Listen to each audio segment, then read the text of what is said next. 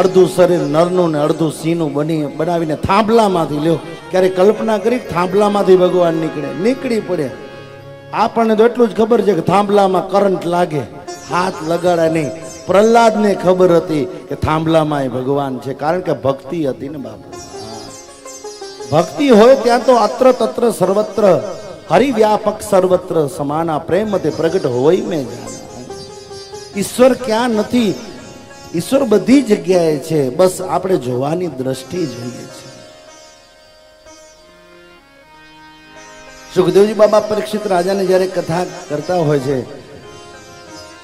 ત્યારે સુખદેવજી પરીક્ષિતને કહે છે કે ભગવાને એક વખત પશુ માટે અવતાર ધારણ કર્યો. ઓહો, કે માનવ માટે, દેવ માટે, દાનવ માટે, રાક્ષસો માટે, બધા માટે ઈશ્વર જો આવતા હોય તો પશુ માટે શું કામ ના આવે? તો કે ઈ કથા મને કહો કે પશુએ કેમ ભગવાનને પ્રસન્ન કર્યા? ત્યારે ભગવાને ગજેન્દ્ર મોક્ષની કથા કીધી છે. એક વખત હાથી ગજરાજ પોતાના પરિવાર સાથે ત્રિકૂટ પર્વત ઉપર હાથણી સાથે, મદનિયા સાથે જલ ક્રીડા કરતા હોય. ઘટના એવી ઘટી કે ગજેન્દ્રનો પગ છે એ ગ્રાહે પકડી લીધો. ગ્રાહ કેતા મગરે પકડી લીધો.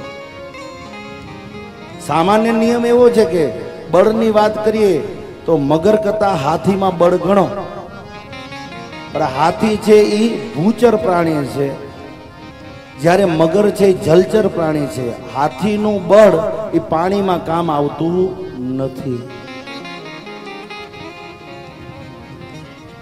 અને ઘટના એવી ઘટી કે ગ્રાહે પોતાનું બળ લગાડ્યું, હાથીએ પોતાની શક્તિ લગાડી, પણ અંતે હાથી ધીરે ધીરે પાણીમાં ઊંડે સુધી જતો ગયો. ગ્રાહ એને લઈ ગયો. અને આ કથા આપણી જ છે. કોઈ પણ ભાગવતની કથા સાંભળો ને ત્યાં પોતાને જોડી દેવાનું. એ જે ગ્રાહ છે ને, ગ્રાહ એ કાળ છે અને હાથી છે એ જીવ છે.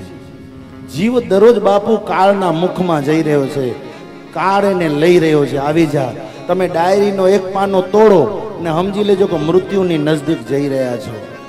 ઘણા બધા લોકો કે હું મોટો થઈ રહ્યો છું, મોટો નથી થઈ રહ્યો. કોઈને ઉંમર પૂછો, કોઈ કહેશે 40 વર્ષના થયા, કોઈ 50ના થયા. એમ જ કહેશે મને 50 થયા. અમે કહીએ 50 થયા નહીં, 50 ગયા. હવે કેટલા બાકી છે એ ખબર નથી, એટલે રામ નામની માળા ફેરવી લે. એ થયા નહીં, ગયા. હવે કેટલા બાકી છે એ ખબર નથી, ક્યારે એનું તેડું આવશે બાપ. એટલે જેટલું બાકી છે એમાં ભાગવત કહે છે સુધરી જાઓ. ગ્રાહે એવી લીલા કરી, એવું બળ લગાડ્યું કે હાથી પાણીમાં ખેંચાતો ગયો.